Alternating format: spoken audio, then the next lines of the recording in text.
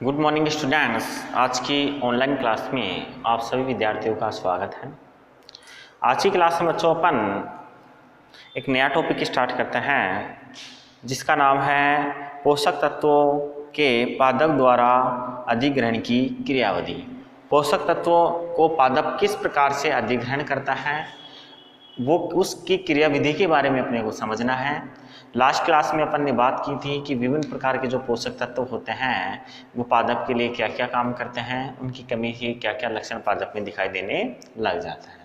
तो अपन इसी को आगे बढ़ाते हैं और देखते हैं कि पादप जो होते हैं इन पोषक तत्वों को किस प्रकार से ग्रहण करते हैं, कौन सी क्रियाविधि होती है, ये क्रियाविधि किस प्रकार से संपादित होती है और इन पोषक तत्वों को पादप अपने जड़ों के माध्यम से मृदा में से किस प्रकार से इसको अवशोषित करते हैं और किस प्रकार से इसे पादप के विभिन्न भागों तक पहुंचाने का काम करते हैं। तो आइए सबसे पहले अपन हेडिंग नोट करते हैं कि पोषक तत्वों के पादप द्वारा अधिग्रहण की क्रियाविधि। पोषक तत्वों के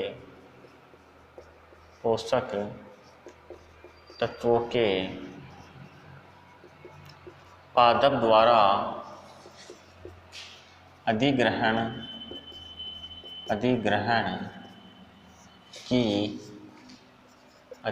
की क्रियाविधि।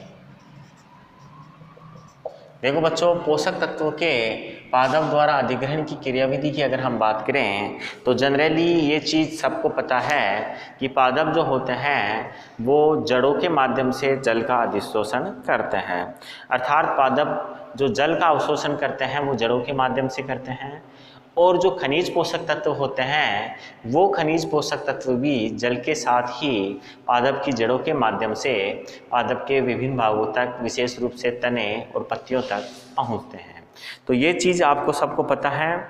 और ये जो प्रक्रिया होती है कि जड़ों से पादप किस प्रकार से जल को अवशोषित करते हैं, पोषक तत्वों को, जल को जब अवशोषित करते हैं तो पोषक तत्वों का अधिशोषण किस प्रकार से होता है उसे अपन 4 चरणों में विभाजित कर सकते हैं। सबसे पहले अपन यहाँ नोट करते हैं कि पादप जल का अवशोषण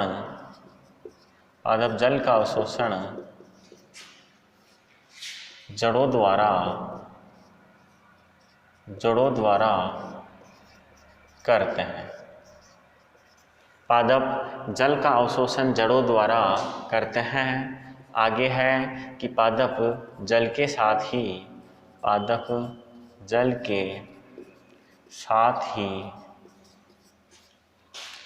विभिन्न पोषक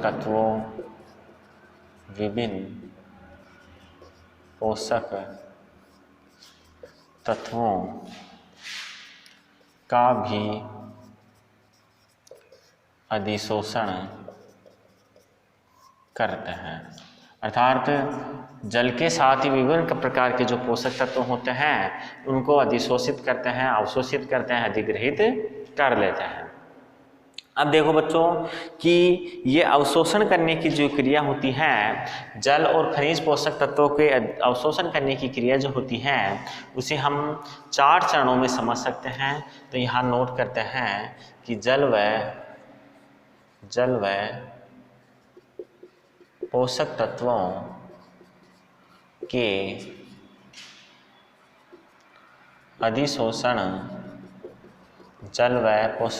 के अधिशोषण की प्रक्रिया निम्न 4 चरणों में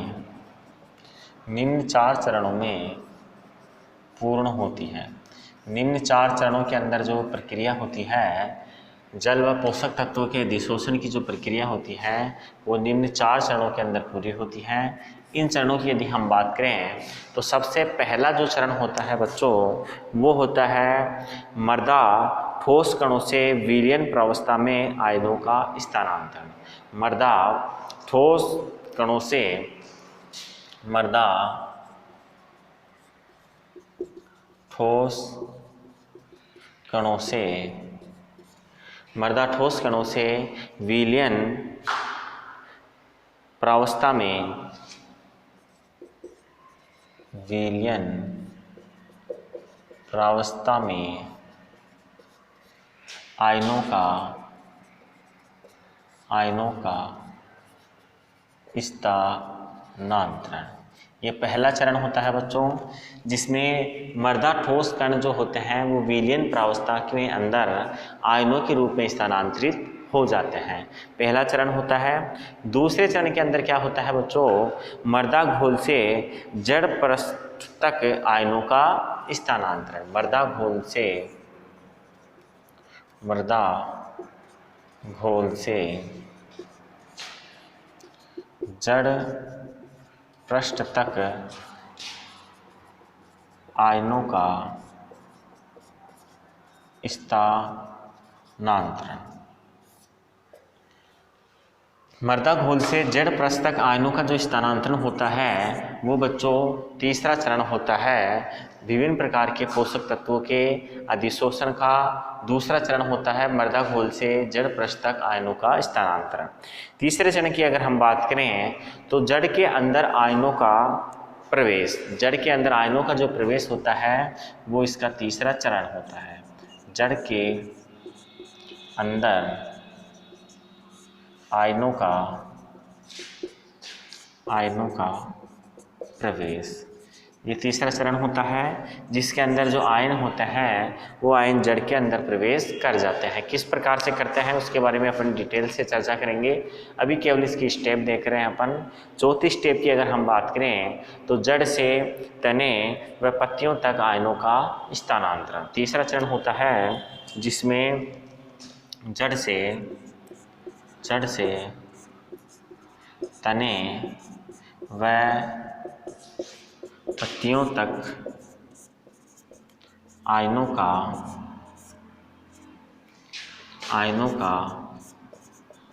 स्थानांतरण। ये चार चरण कंप्लीट होते हैं बच्चों। इन चार चरणों के माध्यम से ही जो विभिन्न प्रकार के खनिज पोषक तत्व होते हैं उनका अधिशोषण किया जाता है जड़ों के द्वारा और उसे तने और पत्तियों तक पहुंचा दिया जाता है। एक बार इसे और समझिए, फिर अपन डिटेल से इनकी स्टेप वाइज स्टडी करेंगे। सबसे पहले अपन देखते हैं कि पहले चरण में मर्दा ठोस कणों से विलयन प्रावस्था के अंदर आयनों का स्थानांतरण होता है। अर्थात मर्दा के अंदर जो आयन होते हैं वो ठोस अवस्था में होते हैं। ये ठोस अवस्था में उपस्थित जो आयन होते हैं, खनिज पोषक तत्व होते हैं, ये खनिज पोषक तत्व पहले चरण के अंदर विलयन प्रावस्था के अंदर आ जाते हैं। दूसरे चरण की अगर हम बात करें तो दूसरे चरण में मर्दा घोल से जड़ पृष्ठ तक आयनों का स्थानांतरण होता है।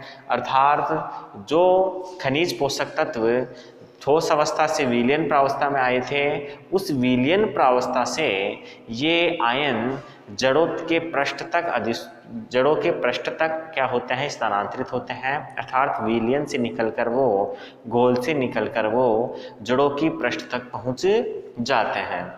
तीसरे चरण में यदि हम बात करें तो जड़ के अंदर आयनों का प्रवेश होता है। जड़ के पृष्ठ के पास में आयन जब आ जाते हैं तो आने के बाद जड़ के अंदर की तरफ ये आयन होते हैं वो प्रवेश कर जाते हैं। ये किस प्रकार से प्रवेश करते हैं इसके बारे में अपन डिटेल से चर्चा करेंगे। केवल अपन एक आउटलाइन डायग्राम देख रहे हैं कि जड़ के नज़दीक आने के बाद ये जड़ के अंदर प्रवेश कर जाता है। चौथे चरण की अगर हम बात करें तो जब जड़ के अंदर आयन प्रवेश कर जाते हैं उसके बाद विभिन्न प्रकार की जो प्रक्रियाएं होती हैं उन प्रक्रियाओं के माध्यम से ये जो आयन होते हैं वो जड़ों से तने और पत्तियों तक स्थानांतरित हो जाते हैं। इस प्रकार से ये चारों चरण कंप्लीट होते हैं और इन चारों चरणों के माध्यम से आयन जो होते हैं वो कहाँ तक पहुँच जाते हैं, पादप की पत्तियों तक पहुँच जाते हैं। इसको अपन इस प्रकार भी समझ सकते हैं कि जैसे ये आपके एक पौधा है, इस पौधे का ये ऊपर वाला भाग है, ये तना है और ये क्या है, उसकी जड़ें हैं। देखो बच्चों, इसमें क्या होता है कि ये आपके मर्दा के नीचे का भाग है। मर्दा के अंदर ये जो भाग है उसमें आयन उपस्थित है ठोस अवस्था में। ये पहला चरण है, यहाँ से आयन निकलेंगे और जल के अंदर घुल जाएंगे। अर्थात ये कौन सी प्रावस्था हो गई, पहली प्रावस्था हो गई। मर्दा ठोस से जो आयन निकल के आए थे वो कहाँ चले गए, आपके विलयन प्रावस्था में आ गए। यहाँ से बच्चों ये क्या होंगे, ये आयन जो होंगे वो जड़ों के सरफेस तक पहुंच जाएंगे, दूसरी प्रोसेस पूरी होती है, अर्थात ये मर्दा आयन निकलकर मर्दा विलयन से निकलेंगे और जो आपके जड़ होगी उसके पृष्ठ तक अर्थात इसके दोनों साइड में जमा हो जाएंगे। तीसरी प्रोसेस में क्या होता है कि ये आयन जड़ों के अंदर ही चले जाएंगे। जैसे यदि हम बात करें कि ये जड़ है और पहले आयन इसके बाहर की तरफ थे और अब ये आयन है वो उसके अंदर की तरफ चले गए हैं, जड़ के अंदर चले गए हैं। तीसरी स्टेप यहाँ पूरी होती है।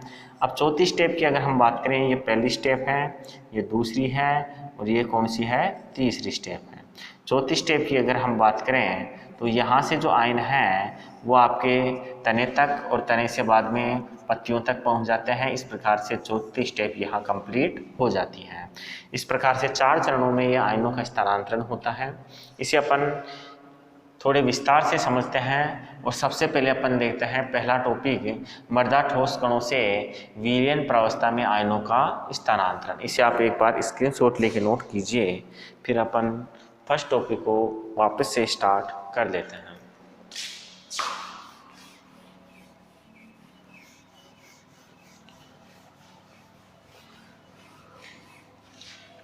इसके 4 चरण हैं। 4 चरणों में अपन सबसे पहले चरण की अगर हम बात करें तो पहला अपना चरण है मृदा ठोस कणों से विलयन प्रावस्था में आयनों का स्थानांतरण।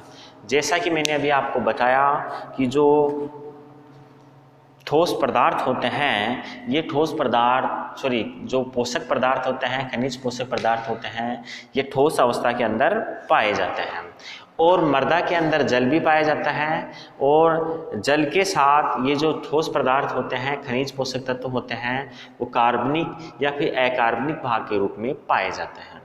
जब जल इन कार्बनिक व अकार्बनिक पदार्थों के संपर्क में आता है तो संपर्क में आने पर जो पोषक पदार्थ होते हैं, पोषक तत्व होते हैं, वो आयनों में विभाजित होते हैं और आयनों में विभाजित होने के बाद ये जल के अंदर घुल जाते हैं। जब ये जल में घुल जाते हैं तो जल और इन आयनों के मध्य एक गतिक साम्य स्थापित हो जाता है, जिसके कारण ये जल के अंदर विलयन की प्रावस्था के अंदर ही बने रह जाते हैं। अब मृदा में विभिन्न खनिज तत्वों की जो पूर्ति होती है वो आयन मृदा विलयन में के द्वारा ही होती है। सबसे पहले अपन यहाँ नोट करते हैं कि मृदा में जल पाया जाता है। मृदा में क्या पाया जाता है बच्चों? जल पाया जाता है। ये जल विभिन्न पोषक तत्वों के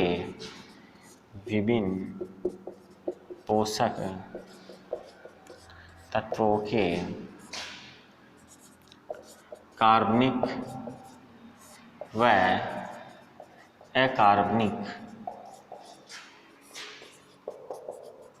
ठोसों के संपर्क में होता है। अर्थात मृदा में जो जल पाया जाता है वो विभिन्न पोषक तत्वों के जो कार्बनिक व अकार्बनिक ठोस होते हैं उनके संपर्क में रहता है।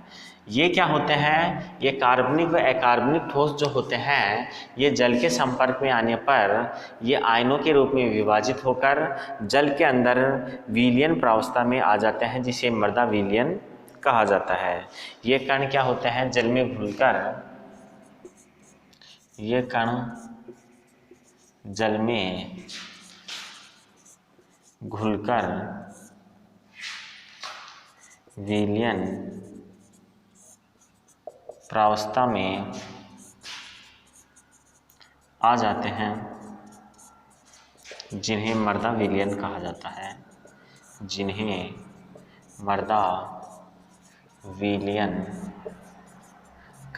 है।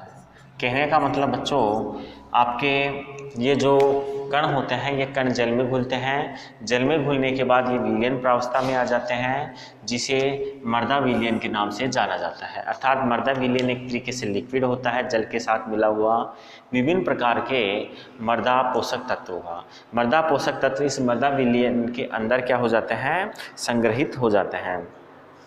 देखो बच्चों, मृदा विलयन ठोस कणों के साथ गतिक साम्य की स्थिति में आ जाता है। मृदा विलयन जो होता है वो मृदा विलयन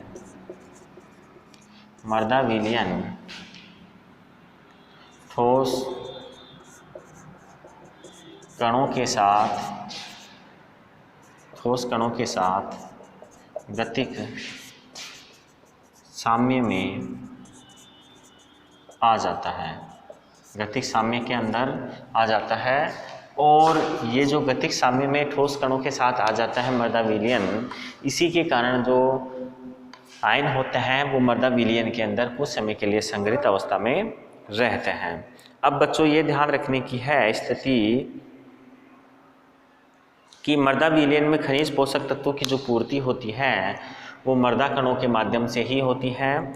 और जिस मृदा में आयन उपयुक्त मात्रा में होते हैं उस मृदा विलयन जिस मृदा विलयन के अंदर उपयुक्त मात्रा में आयन उपस्थित होते हैं पोषक तत्वों के, वो जो मृदा होती है वो उपजाऊ मृदा कहलाती है। जिस मृदा विलयन में आयन्स प्रचुर मात्रा में होते हैं वह मृदा उपजाऊ मृदा कहलाती है। अर्थात बच्चों उपजाऊ मृदा वह मृदा होती है जिस मृदा के अंदर जो आयन्स होते हैं वो प्रचुर मात्रा में मृदा आयन्स के अंदर पाए जाते हैं। मृदा आयन्स में यदि प्रचुर मात्रा के अंदर आयन उपस्थित होते हैं तो वो मृदा प्रचुर मृदा उपजाऊ मृदा कहलाती है। देखो बच्चों, जब ये आयन होते हैं वो मृदा विलयन में उपस्थित होते हैं, आगे की प्रोसेस के बाद जो मृदा विलयन में उपस्थित जो पोषक तत्व होते हैं वो जड़ों के अंदर स्थानांतरित हो जाते हैं और फिर नए आयन होते हैं वो वापस उस मृदा विलयन में आते हैं। अर्थात कुल मिला के हम ये कह सकते हैं कि इस मृदा विलयन में उपस्थित जो आयन होते हैं उन आयनों का नवीकरण बार बार होता रहता है। अर्थात ये आयन पेड़ों में चले जाएंगे जड़ों के माध्यम से, जबकि नए आयन जो होंगे वो ठोस अवस्था से फिर इस मृदा विलयन में उपस्थित हो जाएंगे। इस प्रकार से इस मृदा का क्या होता है, बार बार मृदा विलयन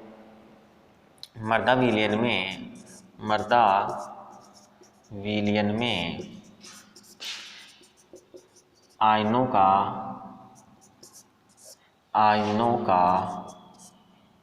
बार बार नवीकरण होता है। ये देखो बच्चों, अपने पहली स्टेप जो है वो कंप्लीट होती है। इसे एक बार आप स्क्रीनशॉट लेके नोट कीजिए, फिर उसके बाद अपन आगे देखते हैं कि सेकंड स्टेप के अंदर क्या प्रोसेस होती है।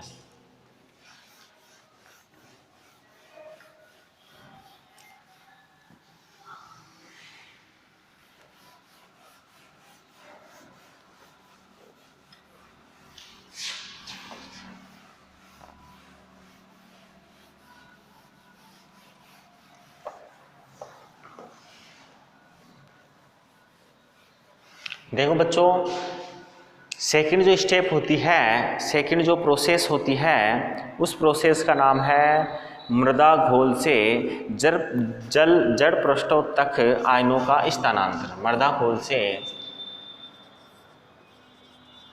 मृदा घोल से जड़ पृष्ठ तक आयनों का स्थानांतरण। मृदा घोल से जड़ पृष्ठ तक आयनों का स्थानांतरण किस प्रकार से होता है, इसके बारे में अपने को एक बार देखना है। तो देखो बच्चों, मृदा विलयन से पौधों की जड़ के पृष्ठ तक आयनों का जो स्थानांतरण होता है वो 3 विधियों के माध्यम से होता है। 3 विधियां हैं जिनके माध्यम से आपके मृदा विलयन से आयन से मृदा पृष्ठ तक पहुंचते हैं। तो अपन यहाँ लिख देते हैं, यह प्रक्रिया निम्न 3 विधियों से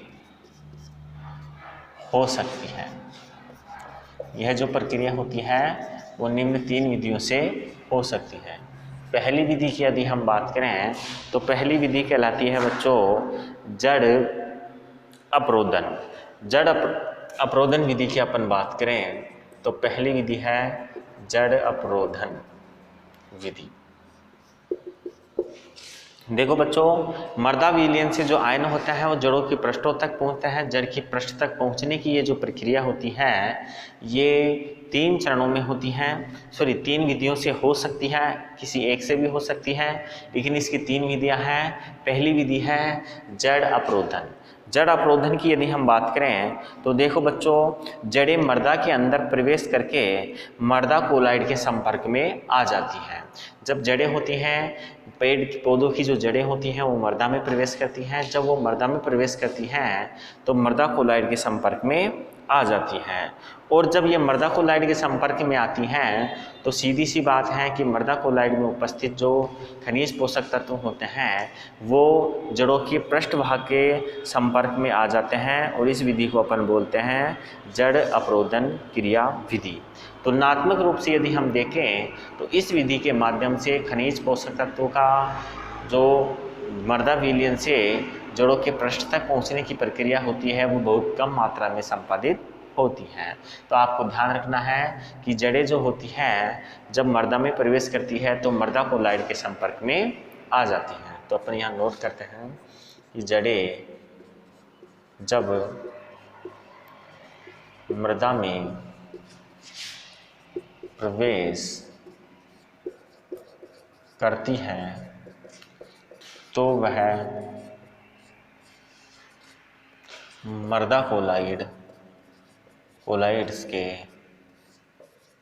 मर्दा कोलाइड्स के संपर्क में आ जाती है।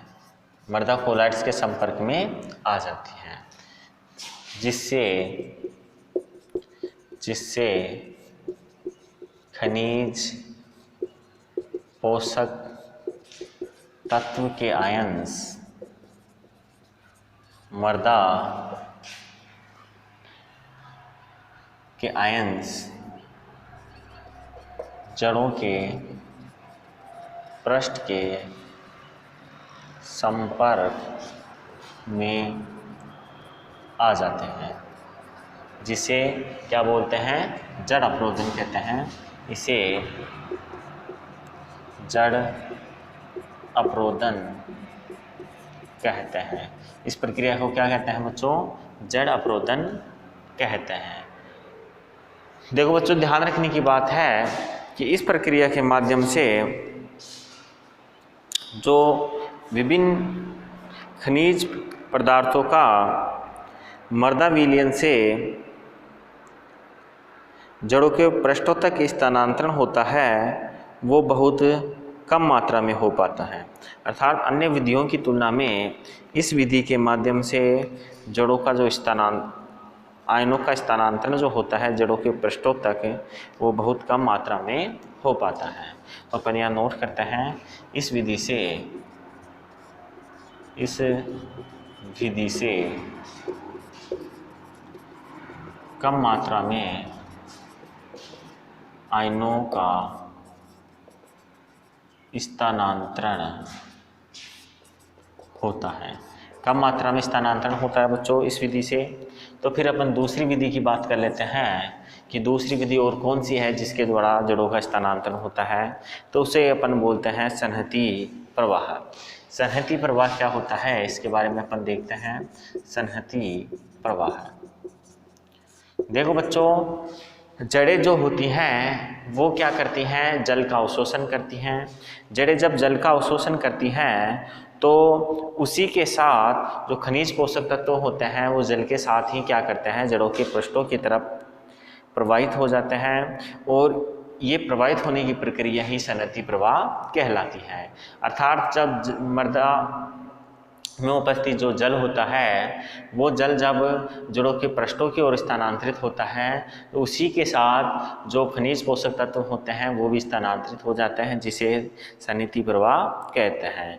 देखो बच्चों, संहति जो प्रवाह होता है वो वाष्पोत्सर्जन की प्रक्रिया के द्वारा नियंत्रित होता है। यदि वाष्पोत्सर्जन की प्रक्रिया तेज होती है तो संहति प्रवाह ज़्यादा होता है, अर्थात जल के साथ ज़्यादा मात्रा में पोषक तत्व पेड़ पौधों को प्राप्त हो जाते हैं।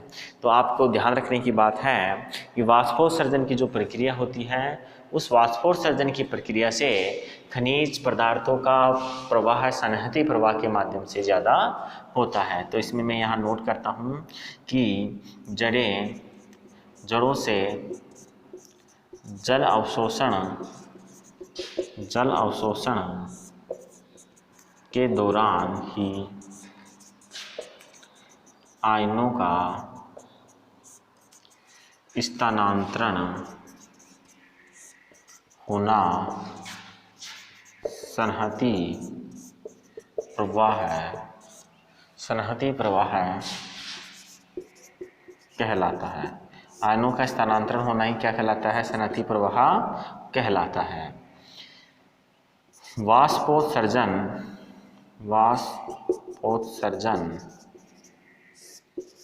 की क्रिया तेज होने पर सन्हति प्रवाह तेज हो जाता है। और इसी के साथ यदि हम बात करें तो कुछ आयन्स जो हैं वो इसी सन्हति प्रवाह के द्वारा जड़ों के पृष्ठों तक अधिशोषित होते हैं, और वो आयन है आपके कैल्शियम, मैग्नीशियम, नाइट्रोजन और गंधक। कैल्शियम, मैग्नीशियम, नाइट्रोजन व सल्फर आदि आयन इसी विधि से स्थानांतरित होते हैं। देखो बच्चों, सन्हति प्रवाह दूसरी विधि है आपकी जड़ मर्दा घोल से जड़ प्रस्तक आयनों के स्थानांतरण की। आज की क्लास अपनी यहीं रहेगी। नेक्स्ट क्लास में अपन इसकी तीसरी विधि के बारे में चर्चा करेंगे, जिसका नाम है विसरण विधि। विसरण विधि की चर्चा अपन नेक्स्ट क्लास में करेंगे। आज की क्लास यहीं तक रहेगी। थैंक यू, धन्यवाद।